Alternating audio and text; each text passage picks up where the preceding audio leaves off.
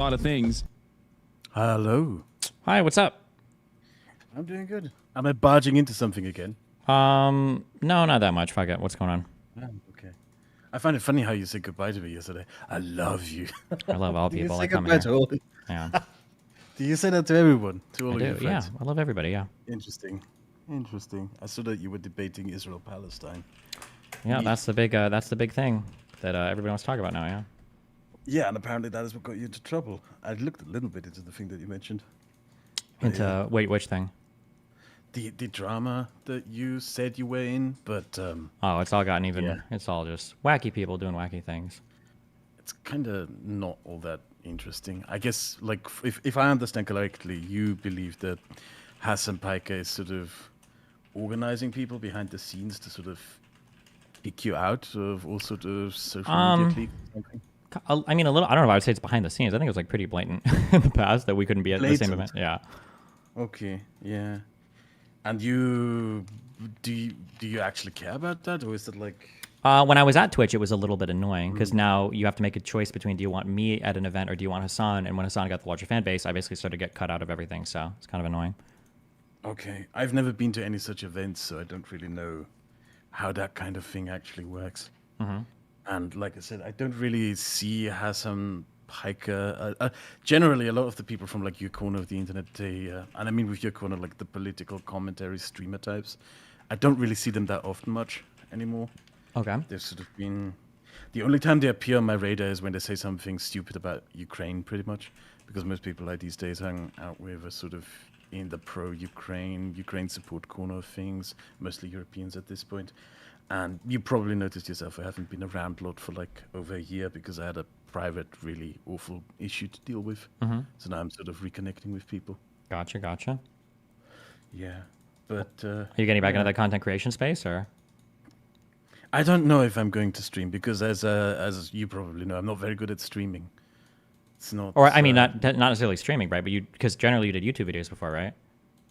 Oh yeah, I still do YouTube videos, but I only made 4 videos over the course of the last year, or 5, and that's a bit of a no-show because I had something that was holding me up, unfortunately, and now I'm getting back into it again. Yeah. Unlike you, I'm deliberately avoiding the Israel-Palestine thing. Yeah, that's fine. Are you but you do so much other history. I feel like or maybe it's just because I'm financed out now. I feel like the Israel Palestine history stuff is pretty simple compared to like all of fucking Europe for World War One and Two. Like there's way fewer leaders to keep track of. There's like one country that a lot of this is centralized on. Obviously, it's the Israeli-Palestinian conflict. Like I feel like if you've dived into so much history for so much other shit, that this would be relatively simple in comparison. The only thing that I know about in relation to the Israel-Palestine stuff is the stuff that I learned during Holocaust studies at Oh, college. okay, Basically, that's basically all I know. Like how it came to be that how the decision was made that the refugees were sent over to Palestine slash Israel rather than be remaining in Europe. And the simple truth there is that nobody wanted them, basically. sure, yeah, Like the only country that accepted back its Holocaust survivors was basically France, and the rest basically told them to sort off. sure. Yeah, that's the only thing. It's like as I mentioned before, the only reason why some of the people in the politics corner still tap is like when Hassan or Sam Sida is also someone, or the worst is probably Kyle Kalinske. They have the most daft takes on Ukraine that you can imagine. They keep pushing sort of narratives that it's NATO's fault and that Russia is somehow benevolent and stuff like this. This is sort of the only connection that I still have to that sphere, particularly. Yeah, the progressives are all mind fucked on. There's just absolute intellectual and moral bankruptcy when it comes to their analysis of any of these issues, unfortunately. But Don't you think that this might in part be our fault? And I say us in the sense of like people who find themselves more in the liberal center of things. Because I do have the sense that we do, or have, not necessarily the two of us, but certainly people in our corner of politics, have not done a particularly good job at advocating for liberalism. Or yeah, I was going liberal to say that. That was statement. actually one of my big issues a long time ago. I remember when I would debate online and people were like, why do you even debate like right-leaning people? Like, it's not worth it. And I was like, well, I think that people forget that, like, if you ask a person, like, why should women be allowed to vote? Like, it's there's a lot of things we just take Oh, for granted, and a lot of people don't have good answers to yes. any of these things. Yeah, and if you don't defend them commonly, then people forget. And then when you got a liberal person that comes up and they're making a lot of like super flashy, cool arguments, like, well, fuck, maybe I shouldn't trust anything from the government, and I should follow one man to a bright and glorious future, and fuck every other thing in the world, and all the money should just go to us, and we shouldn't spend. And it's like, okay, well, no, it doesn't really work that way. No, But it's not just women's rights. Not just women's rights. Like freedom of speech, the yeah, yeah, I separation of use that as an powers. example. It could be literally anything. Yeah, Yeah, yeah. The fact that we have an independent judiciary, yeah, like these things. I believe what happened is that we've these things have sort of almost become like the air we breathe, right? yeah. We all When we take it for assume granted. that they're there. Yeah, they're there, and we don't make. And we also haven't made like I think I told you this before that I studied like Slavic history studies, and I think one thing that coming out of that to me is that in coming after 1989, we did a really bad job educating people about communist tyranny, what the Soviet Union was, what the supposed alternative civilization to Western-style democracy was, and how bad it actually was. We didn't really do a good job in making that part of our general education system. Something that I often think of about as well. Maybe, yeah. I have no idea. I don't have the context, so. But listen, if you say it, I'll take your word for it. Yeah, maybe I'm wrong though. Who knows? Sure. It's just something that I found that stood out to me. How is the YouTube's politics sphere going? The debate sphere? Still, I assume left-wing dominated. Yeah, it's Zoomer socialism online, and then it's all of it now is dominated by populism, basically, for all the communities that are interacting with each other. So it's left-wing populism or right-wing populism. For left-leaning people, that takes the form of like tankies or like hardcore progressives, and then on the right, it's like Trump supporters, and that's basically everything. Yeah, if you're a liberal, you're kind of like everybody fucking hates you. I guess it's maybe like pre-World War II Germany. Well, it's a good position to be in. That's how Well, you know you're right. well, I wouldn't say that, but yeah, it's kind of annoying that. Yeah, the anti-liberal sentiments are like like they're exploding on both sides. It's dumb. But it also means that you know who you can talk to, and there's also like there are a couple of people that I can introduce you. God, I find his name. He's Finnish. They have these unpronounceable, awful names. Pekka Finnish name. I should introduce you to him. He's a lib who's recently been doing content that is excellent on like media disinformation and stuff like that. And yeah, if you're a lib on social media, it is easy to find the people with who you are in communion and agreement with. Sure. Yeah. Yeah. It's just they're not that center left community is like not very loud online, and the center right doesn't exist anymore in the United States. They're basically all Trump worshippers now. So There's a center right sphere still in, like, I do sometimes encounter people, but they're also very like disillusioned. You know, people Yeah. who like don't really think they have much of a voice anymore. I know one person who's very center right. He's basically just a guy who's voting for Biden in this election in the hope that Trump finally kicks the bucket.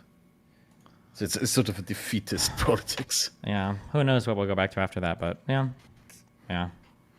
Do you believe that he has a chance at winning the election, or do you think? I feel like it's getting worse for him. I don't think that Trump is going to win. I think Biden is going to win pretty handily. But I could be wrong. But that's my feeling. Yeah. Feeling, yeah. Well, you have a better hand on the pulse than I do because I don't live over there. I mean, who knows? I mean, we're all in our Well, bubbles. everything so, can go wrong. Yeah. Everything can still go wrong. Yeah, there could still be like Right. some huge conflict or something could happen that would change everything. So yeah, who knows? Yeah, yes. Well, didn't really prepare for anything else to talk to about. Let's jump in here. All right, I'm starting to Let's- I've got like a trip because apparently I'm fucking honorary Jew now. Where I'm going to Israel and I'm trying to like I just want to like interview and talk to a bunch of people. But after I come back from that, I'm starting to get into World War I stuff. So there might be stuff if you want to hop by and chat World every now War and then. One stuff. Yeah, well, because What I want to learn about World specifically? War II, but I feel like I probably should study World War One first. So I picked up a couple books that I want to read, like kind of broad general ones. You One, mean the things that led up to it, like the diplomacy of it, or I don't know, just like the broad everything. I don't know, the military diplomacy, the ethnic cultural shit. The fuck, what was the name of the Okay, book that we got? I belong to the group of people who actually blame it all on the Germans. So you can. Okay, well, that's one way to do it. So Oh, you one. can- There's a book by Margaret Macmillan called "The War That Ended Peace," and then there's another book called "The Sleepwalkers" by Christopher Clark. Those are the two What that sparked that interest? Sparked that interest. The more that I think about it, the more I really do think today that I think the world it still lives in the shadows of World War II. So I think it would be really good to understand World War II, and I feel like to understand that I probably need to understand World War One. So I also Oh, that's where we people probably still like disagree. map a lot of current stuff onto World War II, and I get very irritated like when I see lefties say shit like, "Oh, like liberalism leads to fascism, and the only way we can stop," and like I see shit like that. I was like, this is all like such a stupid retelling of of everything that happened in Nazi Germany. But yeah, but so it'd be good to just have a comprehensive understanding of it all. I think. Living in the shadow is a very broad expression because you can technically claim to live in the shadows of a lot of things. I mean, we technically live in the shadow of like the Frankish divisions of the Holy Roman Empire, if we're going to be very honest, because these shaped what is Germany and France. Historical shadows extend a very long way. Like Yeah, German sure. bureaucracy was created by But the I think Holy World War Roman II is Empire. different because we've got like grandparents and stuff. Like so much of our culture, fucking anime, like is inspired by World War II. You know, you've got if you look at the big military conflicts today, like Ukraine and Russia, a former Soviet satellite, being fought by the Russian imperialists that's trying to rebuild the USSR with Belarus and Ukraine, and you've got Israel and Palestine, which rose from the ashes of the Ottoman Empire and the crazy British imperial style system of like the 20s, and then World War II and the Holocaust, and like everything, and then like the shape of Europe today, and the fact that you had the Yugoslavia collapse, and that's our first like big genocide trials, and I feel like World War II still like heavily informs a lot of the political climate that exists today. So I think it'd be good. I think you should probably have a good handle on it to understand I modern think conflict. like But I don't know if you need to in terms understand of stuff from like like the politics, 1700s. Yeah. Okay. Go ahead. I think in terms of like politics, we're now living actually in sort of the end of the post-Cold War era, or at least that sort of peace dividend era that we had from 1989 to 2022. That has come to an end, and we're now, at least in Europe, politically in a completely different era where political power, wealth, etc., is shifting from the west to east, where places like Warsaw and Prague will have a lot more decision-making power in European politics. It does feel like here in Europe, at least, that we are in a new era, and we're just not entirely sure where you Americans are at, because we do get the sense that you are bored of us and that you want to move on and do something else to a certain degree. For modern day, currently, that's the impression. I get the impression, well, maybe my scope is a bit blinded by the fact that I access this through the internet, but I do get the sense that it's not just Trump, but also that the left wing in America is tired of being involved in Europe, is tired of having an alliance into Europe. Well, I think that I can understand why you would feel that way. I think the issue is, it ties back to what I said earlier, where at least online, populism is really big in the left and the right. And I think a really big part of the populist mindset is an isolationist one. That, like, from the left, it's, well, why would we spend money being an imperialist, colonialist power? And from the right, it's, why are we going to spend all this money on foreign intervention when we've got people at home we could spend money on? And then those two people basically loop around and they're like, holy shit, you're right. We should just like not do anything with any other countries. So for Trump, that might mean undermining NATO and talking about how we just need total energy independence. We need to go our own way and fuck China and fuck everybody else. And for the far left, who doesn't have any political power in the United States, at least, it's we need to, like disband the IMF and stop loaning money to people and stop exploiting other countries and trading with people because it's unfair and blah blah blah. So yeah, that's like the populist sentiment is the loudest right now online for sure. But the center left, which is big, legislatively, and then the center right, which is tiny legislatively, those people like are not existing online. I don't know where the fuck those communities are. I hope you're right in this regard. I genuinely hope, because to be very frank about it, if the US pulls out of the European alliance, we're not prepared for what comes afterwards. Yeah, I don't know if anybody What is. Yeah. European leaders talk about in this regard is not very hopeful. The Poles at this point have openly stated that if the US leaves NATO, they will look into getting their own nuclear weapons program, which isn't a very nice thing to think about.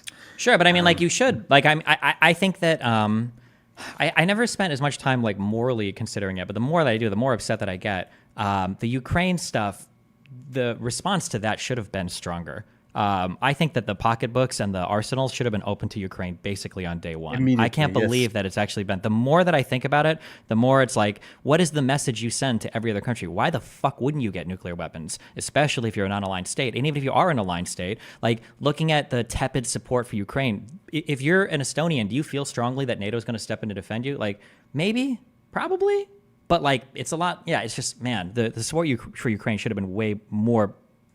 Yeah, it should have been stronger. And then also, like, America is so schizophrenic. I can't imagine you're some poor sack of shit fucking, you're a Ukrainian and you're in some fucking ditch somewhere and you turn on your fucking cell phone and it's like, are we getting weapons today? And in the United States, it's like, well, we haven't figured out immigration on the border, so we're not going to pay any money to Ukraine. And you're like, well, fuck me, I guess. Like, Jesus. It's like, the idea that there's such a division, U.S. politically, and that our legislation and our funding for stuff is all tied together. So you're like, wait, why the fuck does asylum seeking in Mexico have to do with getting me fucking weapons in Ukraine? Like, yeah, fuck that. Jesus Christ. We're actually seeing the consequences of that right now because the Russians have been on the offensive now. Yeah. They have regained the offensive. The ammunition for the artillery has run out over the last 6 months. Yeah. And it's been turning gradually. Like, right now, it's a slaughter. I don't know if you keep up with the Telegram groups, etc., that follow the front line, but it's awful. Yeah, and it's sad too because, like, and this might just be my American exceptionalist ideology or whatever the fuck, but like, people are freaking out so much over artillery shells and blah blah blah. I don't think it's a manufacturing issue. I think that if the political will was there in the United States to have like artillery shells created and shipped to Ukraine, I think we'd be making like 10 million of these a day. I think that the whole issue right now is just one of political will. The ability to do things, I don't think is a question, but the political schisms right now are so deep that we just can't fucking do anything. I've read his fear because Biden is also somewhat tepid, like holding back on sending certain weapon systems. I mean, he's better than what Trump would probably be, but from what I've read, there is fear, especially in Western European countries and in Washington, of what will come if Russia actually is defeated. Because you have to keep in mind, the main opposition to Putin in Russia right now are worse than Putin. They're like the really nutcase Russian nationalist fascists, really outright. And what happens if they come to power? What happens if Russia actually collapses? Like, political leaders in the West seem to be genuinely scared about the prospect of what happens the day after. What happens to Russia? And of course, there are people like me who think, okay, that's none of our business. We shouldn't care. Damn them. But there are people who see that as a legit concern, that if Ukraine fully wins this war, the prospects in the future might actually be worse. Sure, but I think we have to assume some level of rationality among, like, at least state actors for countries as big as Russia. Maybe not for terror groups, but like, if, like, say Russia invades Ukraine and the next day, or not the next day, the next week, the next month, there's this like unified Western response of like an outpouring of support for Ukraine that doesn't cause this deep schism politically in all these countries. I think that sends a strong message. And I think there is a lot of weighing that will go on for future leaders, even if they are worse than Putin, to think like, well, what would happen if we do this particular thing, right? Like, I think that has been accomplished. I think that has been accomplished. You think so? I think the Russians are suffering tremendously from what is happening. Like, the sanctions are taking a long time to bite. Sure. There are things that have to be sort of slowly undermined, but the Russians will suffer from this. I think they'll suffer, but I think this sounds shitty, but like, I'm pretty sure that Luhansk and Donetsk, those are going to become the next Georgian, South Ossetia and I don't remember the name. Abkhazia. Yeah, that's what those two places are going to become. And then Crimea is going to be the next Transnistria from Moldova. It's just going to be cut off territories. Ukraine's probably going to lose these and probably not getting them back. Like, maybe. So, yeah. Well, I mean, unless things change dramatically over the next few months. It's very difficult to say because war is exactly that thing where things can change dramatically overnight. Well, I think when you're in the maneuvering stages, maybe, but like in the positional stages, like, is this a war that's going to significantly change? Unless like the F-16s coming online, like, dramatically change. I don't know if this is a war where the territory is going to start to change significantly. Well, what's happening right now on the front lines, what has been going on for a year now, is that the Ukrainians are dug in trenches. They have very modern weapon systems, but the Russians are willing to just throw away hundreds of lives. When the Hamas attack on Israel happened, Russia took advantage of that to launch some of its first offensives since 2022, and the numbers were incredible. By some estimates, the Russians, throughout the months of October and November, lost up to 3,000 men a day. Sure. Just threw them away in human wave after human wave after human wave. The footage is really gruesome because the Ukrainians film all of it in drones, just getting mowed down with machine guns. And this has now been going on for almost a year now. The main thing that, it's really gruesome. It's like when you see it for the first, it's not just like you expect a certain degree of inhumanity in war, that people dehumanize an enemy, but the Russians seem to have no regard for the value of their own lives. in disregard for the lives of Russians at the rate that they are Maybe. throwing I think them. it's a double-edged sword, though. Like, maybe in terms of how they do their combat operations, they cannot have that regard. But in terms of like actual dead people, I think in Russia, I think they're actually far more sensitive to that than Ukraine is. Like, I think Ukraine is willing to go really far, at least from what I've seen of support recently, at least like they're still like willing to go really far down this hole of like, we're going to fucking fight. But for Russians, it's like, well, it's just a special military operation. We're not doing a full mobilization of our population. Like, it ever hit that point, I think that the support for the war in Russia would like flip immediately. I think that Putin has to walk a very fine line between like, well, it's just a special military operation. We're kind of like doing shit over there. And Russia's probably like, yeah, I guess it's kind of a war, but it's not a huge deal. But like if mobilization and shit started to happen, I think Putin's position would be untenable politically. I think. Yeah. We're currently at 150,000 killed Russians by some estimates. 400, really? 150,000? Yes. Yes. Okay. 400,000 Russian casualties in total. That means also maimed and severely injured. And there's I think it was Hamish de Breton Gordon who wrote that he believes that the Russians have to lose at least 500,000 soldiers killed, Russians killed, before society actually starts to move. Mm-hmm. That's the amount of people that the regime has to throw away. But yeah, the casualty numbers they're insane. Like the Russians have at this point lost more men killed as the Americans have in every war since the Second World War. Sure. So, yeah. All right. Yeah, well. Okay. Wait, where are you from again? Do you ever say, or is that like top secret? I live in Austria right now. Okay. You know what your accent reminds me of? Do you remember that one weird dude with the white face, the animated thing? The weird dude with the white face. I want to say like Dr. Leckman or something, but that wasn't it. Lehman? Is it Dr. Lehman? I haven't talked to him in years. Oh, yeah. Yes. My accent is getting stronger and stronger because I've been living here longer now. It's been a year since I've lived in the UK. I am, yeah. Oh, wait, you're British? I'm multiple nationalities. Oh, okay. I don't know how much I can get into it. Like That's my family was, my family originally was from good luck, boys. Tilsit, which is in East Prussia. And they were driven out of Prussia during the Second World War. And they sort of married everywhere across Europe. And so I ended up with several passports. Damn. With a very multinational family. Yeah. Well then, I'm going to drop out. I'm going to recommend you a video that I made last year, if you have the time. It's about Ukraine, and if you don't mind, I'd like to put you into contact with my Finnish friend, Pekka, which is, if I'm going to be honest with you, the main reason why I got into contact with you. Okay. Yeah, drag us in a room and they can add me or whatever, or tell them to add me, yeah. Okay, I will. Then, thank you. I'll DM you the video, and I'll put you into a group with Pekka. Yeah, have fun. Bye-bye. Fucking loser.